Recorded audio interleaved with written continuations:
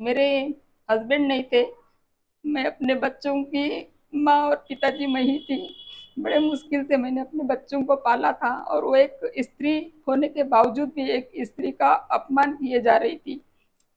उसके बाद सर मैं वहाँ से आ गई और फिर मैडम ने मेरे से जो जातीय दुश्मनी है वो शुरुआत की।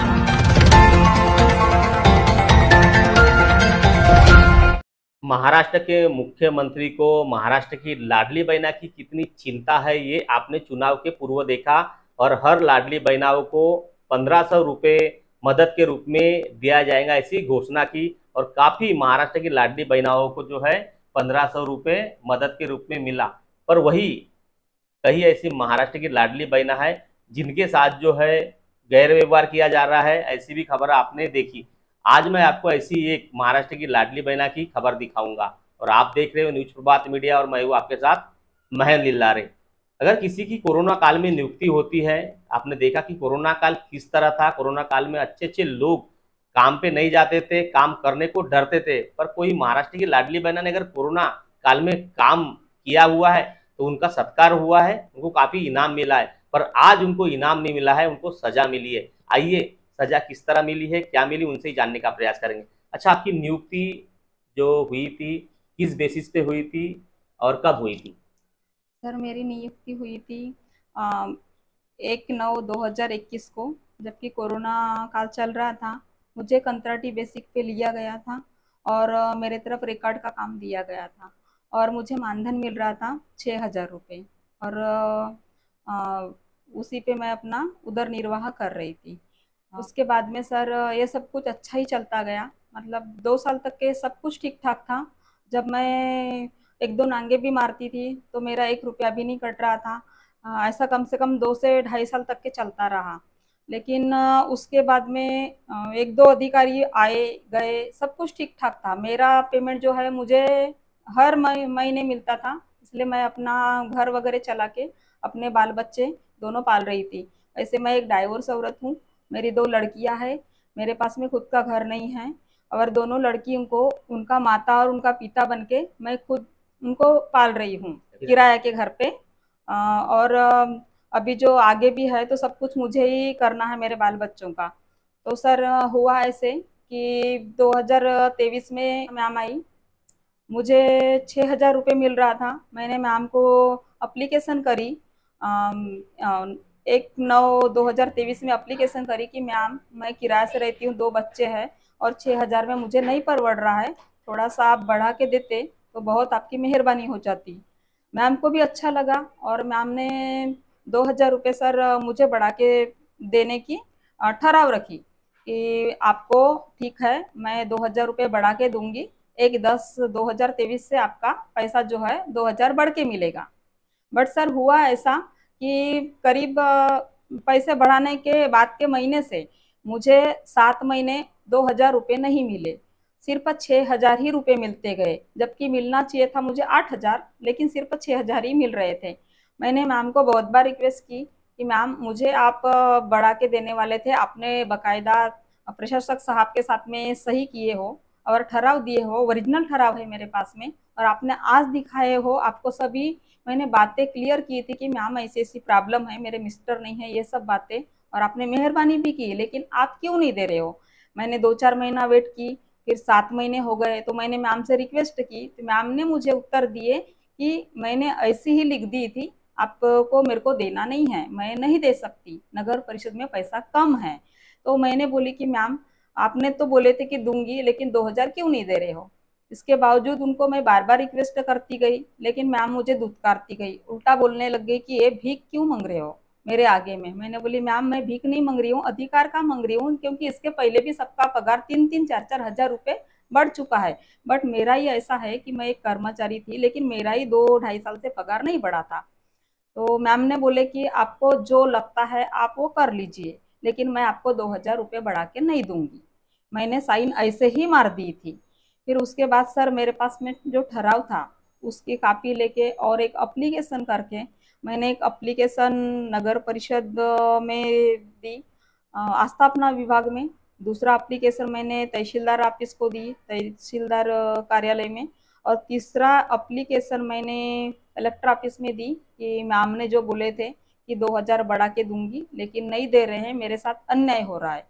उसके बाद में ये बात पता चली मैम को, और मैम ने मुझे बढ़ा के तो दी पैसे, मतलब 7 महीने बाद दी, मतलब 14,000 का ऐसा भी मेरा जनरली नुकसान हो चुका, क्योंकि 7 महीने उन्होंने नहीं दिए, जो ठहराव दिए थे उस डेट के 7 महीने बाद तक नहीं दिए, इसका मतलब कि 14,000 का ऑलरेडी मेरा नुकसान हो चुका था।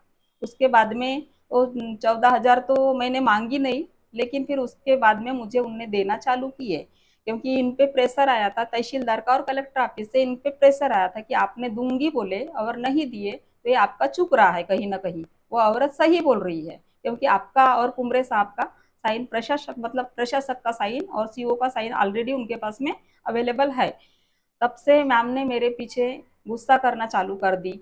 उन्होंने मुझे बात बात पे डांटना, अपने कैबिन में बुलाना, बोलने का कि तुम ऐसे भीख ही मांगते रहोगे क्या, सिर्फ भीख मांगने का ही है कि आपको, आप एक औरत हो, आप कहीं भी जाके कमा सकती हो, ये सब बोलने का। मेरे स्त्रीत्व होते हुए भी उन्होंने, एक मैं 2 बच्चे की माँ हूँ, उसके बावजूद भी उन्होंने मुझे बहुत कुछ सुना दिए। वैसे तो वो अधिकारी होने के नाते ऐसा नहीं था कि उन्होंने 2 शब्द मुझे बोलना चाहिए, उनने जो एक स्त्रीत्व जाति के लिए बोला था वो मुझे बहुत बेकार लगा। बेकार इसलिए लगा कि मेरे हस्बैंड नहीं थे, मैं अपने बच्चों की माँ और पिताजी मैं ही थी।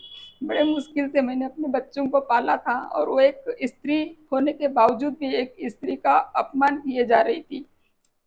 उसके बाद सर मैं वहाँ से आ गई, और फिर मैडम ने मेरे से जो जातीय दुश्मनी है वो शुरुआत कर दी। मैडम, पहले मेरे पास में रिकॉर्ड का काम था कि कोई भी रिकॉर्ड होता था, पानी के विषय में बोलो या जैसे वसूली वाला जो रिकॉर्ड होता है, नमूना 8 वगैरह, ये सब रिकॉर्ड में पहले बनाया करती थी।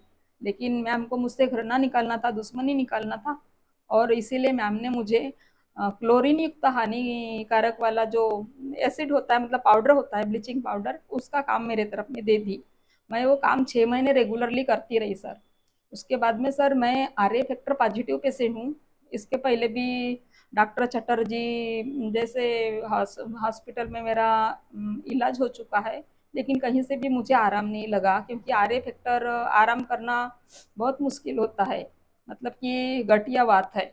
मैंने मैम को अपनी रिक्वेस्ट भी की कि मैम, इसके वजह से मुझे बहुत ज़्यादा तकलीफ होती है, इसके जो बास है क्लोरीन, वो बहुत ज़्यादा हानिकारक होती है। 1-2 बार तो मैं अपने ऑफिस में ही बेहोश हो गई। कर्मचारी ने पकड़े मुझे और डॉक्टर के पास लेके गए। तब डॉक्टर ने गाइडेंस किए कि मैम को already R A factor positive है, यदि ये सतत ब्लीचिंग का काम करते रही तो इनका कुछ बताया नहीं जा सकता, कृपया इस काम से इन्हें हटा दीजिएगा। तो एक तरफ तो मैम ऐसा करती थी मेरे साथ में, मतलब जो हमारी मुख्य अधिकारी है, ऐसा करती थी कि मुझे 6-6 महीना पगार नहीं देती थी, ऊपर से मेरी जो तबीयत है उससे भी वो मुझसे खेलती थी ब्लीचिंग का काम करा के, क्योंकि ब्लीचिंग का काम करती थी, जब तबीयत खराब होती थी तो जनरली मुझे मेरे पास डॉक्टर की तरफ जाना पड़ता था, और वहाँ भी मेरे जेब से ही पैसे लगते थे। तो मैं भी थोड़ा चिड़चिड़ा गई थी कि मैम, एक तो आप 6-6 महीने मेरा पगार नहीं कर रही हो, ऊपर से आपने जो हानिकारक काम दिया है, आपके पास में इतने सारे लेबर है, इतने सारे एजेंट्स लोग हैं, जैसे टेंडर में आपने 10-12 लड़के लिए रखे हो, तो आप उन्हें भी ये काम बता सकते हो। और रहा सवाल बांटने का, तो मैं वो बांट सकती हूँ, लेकिन जो उसे बांधना होता है तो वो मैं नहीं कर पाऊंगी, क्योंकि मुझे उससे बहुत हानि होती है, क्योंकि डॉक्टरों ने भी पहले सख्त मना कर दिए थे, लेकिन मैम ने मुझे सीधा जवाब दी कि काम करती है तो कर, अन्यथा घर में जाके मर, लेकिन मैं ब्लीचिंग का काम तुम्हारे सिवा किसी और को नहीं दे सकती। मैंने बहुत रिक्वेस्ट की, और मैं उनसे रिक्वेस्ट करने गोंदिया भी गई, तब मेरी बड़ी लड़की मेरे साथ में थी। मेरे लड़की ने भी मैम से रिक्वेस्ट करी कि मैम, हमारी मम्मी जब शाम को घर आती है तो हमारी मम्मी, मतलब हमारी मम्मी काम ही नहीं कर पाती, हम दोनों बहना काम करते हैं, और उनका जो मस्तक है आगे से लेके पीछे तक के बहुत दुखता है। हमारी मम्मी किसी काम की नहीं रहती, क्योंकि वो पहले से ही R A factor positive patient है, उन्हें बहुत ज़्यादा तकलीफ है, उन्हें पैरालिसिस होने का भी डर है। इसीलिए आप ये काम किसी और को दीजिए। हम अपनी मम्मी की तरफ से जो भी गलतियाँ हुई होंगी वो हम माफ़ी चाहते हैं। अच्छा ये बताओ जी, इस प्रकार होते गया तो यहाँ के जो जनप्रतिनिधि रहे होंगे, विधायक रहे होंगे, उनको ये बात आपने बताई नहीं, गुहार लगाई नहीं? हाँ क्या सर, हुआ मैंने उसके बाद? मैंने इसके पहले जो अधिकारी थे, जो प्रशासक लोग रहते थे, तो उनसे भी गुहार लगाई थी कि सर मेरे तरफ में ब्लीचिंग का काम मत दीजिए। तो उन्होंने भी मैम को बोले कि उसे मत कराइए, उसे तकलीफ होती है। कुछ जनप्रतिनिधि थे, खास करके खासदार साहब जो थे, आमदार साहब जो थे, तो उन लोगों को भी मैंने बताई थी। उन लोगों ने भी बोले कि एक तो वो पहले से ही डाइवोर्स औरत है, मतलब उसका पति नहीं है, उसके 2-2 बच्चे हैं और वो एक्चुअली जो है शरीर से हीन है। उसे बीमारी है और वो बीमारी भी जो बोलते हैं वो गठिया वाली बीमारी है। गठिया बात यानी बहुत हेवी होता है, तो मत कराइए उससे काम। लेकिन मैम ने फिर भी नहीं सुनी। मैम का ऐसा था कि करती है तो कर के, मतलब पर्सनली बताने का मतलब मेरा ऐसा है कि उन्हें पर्सनली दुश्मनी थी। उनका ऐसा था कि करेगी तो करेगी, नहीं तो यहाँ से खाली होएगी। टोटल अच्छा, उनको जो मुझसे आपको जो पगार होता था वो कैश से होता था, मतलब क्या अकाउंट पे होता था? अकाउंट पे होता था सर मुझे। और जब मैम नहीं थी यहाँ पे तो जितने भी अधिकारी आए और गए, 2 साल में मुझे रेगुलरली प्रत्येक महीने को पगार होता था। तो छह मेरा हजार जो, जब पगार था तो कटता था उस समय आपका रोजी नहीं रोजी? सर, एक भी रुपया नहीं कटता था। लेकिन जैसे भी 8,000 हुआ मेरा पगार, तो मैं जैसे अप्लीकेशन भी देती थी कि मैं सीरियस भी हूँ या एडमिट भी हूँ, तो फिर भी और प्रूफ भी जमा करती थी कि वाकई में मैं इस डॉक्टर के पास में गई थी। फिर भी मेरा उस दिन का पैसा मतलब कट जाता था। पहले संडे भी मेरा नहीं कटता था जब 6,000 मिलता था तब, लेकिन जब आठ अच्छा, हजार अभी कब कम आपको बंद कर दिया गया? लेटर वोटर आया आपको कि कोई लेटर देने के लिए क्या था? सर मुझे लेटर तो नहीं आया, लेकिन मुझे व्हाट्सएप पे खिरेकर जी करके है, उन्होंने मुझे व्हाट्सएप पे एक लेटर भेजा और मुझे बोला कि मैडम कल से आपको सीओ ने आने मना किया है। मैंने इसका रीज़न पूछी कि मुझे क्यों मना किया है, तो उन्होंने बोले कि हमें तो पता नहीं, लेकिन सीओ ने मना करी है। तो इसकी सूचना मैं पुराम साहब को दी। पुराम साहब ने मेरे सामने कॉल किए उनको और बताए कि वो औरत को बंद क्यों किए। तो मैम ने बोली कि वो मुझे धमकियाँ देती है, मैसेज पे बोलती है कि मैं इधर मरने के बजाय उधर ही मरूंगी। क्यों तो धमकियां देते थे आप? तो सर मेरा धमकियाँ देने का रीज़न ऐसा था कि मैम को मैं रिक्वेस्ट से कॉल जब भी करती थी, मैम ने आज तक मेरा कभी कॉल नहीं उठाई। जब ऑफिस में भी क्यों आती कॉल थी, करते थे उन्हें आप? पेमेंट के लिए करती थी सर कि 6-6 महीना पगार नहीं होता था कि मैम मुझे बहुत ज़रूरत है, अगर 6 महीने आप पगार नहीं दूंगी तो मैंने क्या करना चाहिए। और जब मैम मेरे ऑफिस में आती थी, तो जब मैं उनसे मिलने के लिए जाती थी तो मैम मुझे धुतकार देती थी, क्योंकि वो मेरे से वो जो 2,000 रुपये बढ़ाने के लिए जब मैंने कंप्लेंट करी थी, तभी से वो मेरे से चिढ़ती थी। मतलब अच्छा, ये उनकी, सब हो गया, अभी आपको काम से बंद कर दे, कैसे चलेगा आपका परिवार? अभी तो सर हमारा परिवार तो नहीं चल सकता। हमको जितनी गुहार लगाना है हम उतनी गुहार लगाएंगे। और आखिर में सब सर, क्योंकि हमने कोरोना काल से काम किए हैं सर, जिस काल में लोग डरते हैं काम करने से, लेकिन हमने वो काम किए सर। इस और क्षेत्र के जो विधायक है क्या गुजारिश करोगे उनसे? सर हम उनसे बोलेंगे कि सर हमें कैसा भी कीजिए, लेकिन हमें वहाँ पे रखिए, क्योंकि सर ऐसा नहीं है कि हम ही वहाँ पे है। इसके पहले मैं जब से लगी उसके बाद में सर 15 से 20 लोग वहाँ लगे हुए हैं, कि जबकि जिनके घर में कुंवारी कुंवारी वहाँ लड़कियां लगी है, मेरे बाद में लगी है। मैं तो एक गरजू औरत हूँ, 2 बच्चे लेके वहाँ पे काम कर रही थी। तो उन्होंने तो बल्कि मेरा प्रोत्साहन जो है वो बढ़ाना चाहिए कि एक वहाँ के जो अधिकारी है उससे क्या गुजारिश करोगे आप? सर मैं यही गुजारिश करूंगी कि चलो मुझसे गलती हो गई है। यदि आपको लगता है, हालांकि सर मुझे नहीं लगता कि मैंने कोई गलत की हूँ, क्योंकि सर 6 महीना यानी बहुत ज्यादा हो जाता है। और एक औरत 2 बच्चों को किराया के घर में 6 महीने में पाल रही है, ये सर एक गर्व की बात है। क्यों, जबकि एक जेंट्स भी इस बात से डरता है कि 2 बच्चे लेके किराए के घर में नहीं पाल सकता, जबकि मैं एक औरत हूँ, उसके बावजूद भी मैं 2 बच्चों को पाल रही हूँ। तो उन्होंने तो मेरे नाम से एक एडवर्टाइज करना चाहिए कि एक ऐसी हमारी कर्मचारी है जो 2 बच्चे लेके किराए से, जिसको 6-6 महीने पगार नहीं मिल रहा है। तो मुझे नहीं लगता सर कि मैंने कोई गलत की हूँ, लेकिन फिर भी मेरे अधिकारी को यदि ऐसा लगता है कि सही में इसने गलत की है, मैं उनसे माफी मांगती हूँ। क्योंकि सर माफी इसलिए मांगती हूँ, झुकना मुझे इसलिए पड़ रहा है, हालांकि मेरी गलती नहीं है। मैं 100% जानती हूँ, क्योंकि किसी को भी यदि 6 महीना पगार नहीं मिलेगा तो सीधी सी बात है कि वो बोलेगा कि हमें हमारे पास में तो मरने के सिवाय जरिया नहीं है। दूसरी बात सर, मैम ने मेरे ऊपर ऐसा एक ऑब्जेक्शन रची थी कि ऑफिस में बराबर आती नहीं, ऑफिस में रहती नहीं। इसका मुख्य कारण ऐसा था सर कि आप ही सोचिए कि 6 महीने से जिस औरत को पगार नहीं होता, उस औरत ने कहीं से न कहीं से कर्ज ली होगी खाने के लिए बोलो, क्योंकि ये दवाई है बच्चे का जो है, दो दो बच्चियां, एक मेरी लड़की 10वीं में है सर, एक 5वीं में है। आप भी समझते हैं कि आजकल के युग में कितना पैसा लगता है बच्चों को पढ़ाने लिखाने जरूरतों के लिए। तो मैंने कहीं से न कहीं से कर्जा ली होंगी, ये साफ है सर। तो जब मैं घर पे रहती थी सर, तो लोग घर पे आते थे और उनको पता रहता था कि अभी घर पे तो नहीं मिली, ये मिलेंगी हमको नगर परिषद में। तो सर जो कर्ज वाले लोग हैं, तो मैं कर्ज बाजारी हो चुकी थी और कर्ज वाले लोग सर मुझे वहां आके टॉर्चर करते थे कि मैम पैसा दो, पैसा नहीं दोगे तो कैसा करोगे। गलत भी ये रखते थे मेरे तरफ में, और मैं सर रो धो के वहां से परेशान होके ताकि मैं इनको ना मिलूं, इसीलिए सर मैं इधर उधर अपना मुंह छुपाते बैठती थी। और इसकी सूचना एक पत्र में, एक अर्ज में मैंने सीओ मैडम को दूसरे महीने में, पहले महीने में भी लिखित में दी थी कि मैम ऐसी ऐसी प्रॉब्लम है, तो आप मेरा पगार कर दीजिए, मुझे लोग भी हरासमेंट कर रहे हैं। लेकिन मैम ने सर उसके तरफ दुर्लक्ष करी, क्योंकि किराया नहीं पहले देने से के बाद घर मालक ने क्या किया था? सर 15 दिन तक के रूम को ताला लगा दिए थे। और मैं तो मानती हूँ कि हमारे घर मालक जो है वो बहुत अच्छे हैं, क्योंकि उन्होंने ऑलरेडी 5 महीने हमें अपने घर में सुकून से रहने दिए, जबकि आज के लेवल में कोई भी 1 महीना या 2 महीना रहने देता है। लेकिन मेरे घर मालक बहुत अच्छे हैं फिर से जिन्होंने। ज्वाइनिंग के लिए वो अधिकारी से क्या गुजारिश करोगे और क्या माफी मांगोगे आप? सर मैं गुजारिश ये करती हूँ कि मेरी गलती हो चुकी है, चलिए, क्योंकि मुझे बच्चे पालना है तो मैं माफ़ी मांगती हूँ। तो अधिकारियों ने, ऐसे भी मैम ज़्यादा दिन यहाँ रहने वाली नहीं है, लेकिन जाते जाते कम से कम उन्होंने मुझे ज्वाइनिंग दे देना चाहिए। अ, अब वो भी एक स्त्री है, वो भी समझ सकती है, लेकिन फिर भी सर उनसे गुजारिश है, यदि मेरा कुछ चूका है या गलती हुई है तो मुझे माफ़ करके मुझे ज्वाइनिंग देना चाहिए।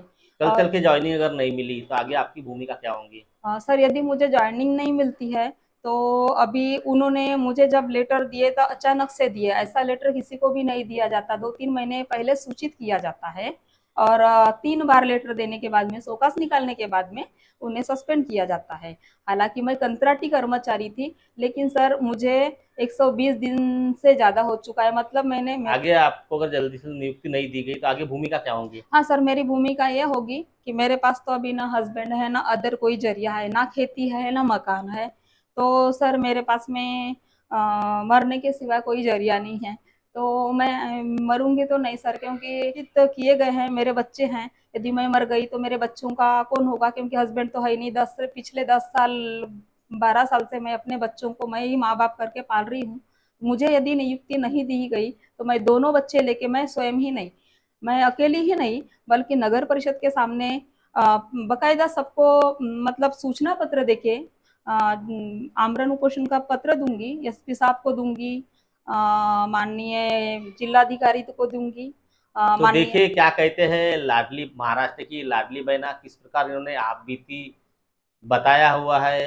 क्योंकि कोरोना काल में जिन्होंने काम किया उनका काफी सत्कार हुआ, पर आज न्यूज प्रभात मीडिया के माध्यम से उन्होंने अधिकारी से गुजारिश की गई है कि अधिकारी वर्ग काफी पढ़े लिखे होते हैं, कर्मचारी वर्ग पढ़े लिखे नहीं होते, अनजाने में जो गलती हो गई होगी तो मुझे माफ कीजिए, और जल्द से जल्द नियुक्ति करने की उन्होंने गुजारिश लगाई है। अन्यथा उपोषण करने की, आंदोलन करने की उन्होंने चेतावनी दी है। छोटे छोटे मासूम बच्चे हैं, एक महाराष्ट्र की लाडली बहना है, किराए के घर में रहती है। बड़े अधिकारी ने थोड़ा बहुत तो भी इनके बारे में सोच विचार कर इनको नौकरी देना चाहिए। अगर महाराष्ट्र की लाडली बहना को रोजगार नहीं मिलेगा तो वो अपना परिवार का उदर निर्भर कैसे करेगा?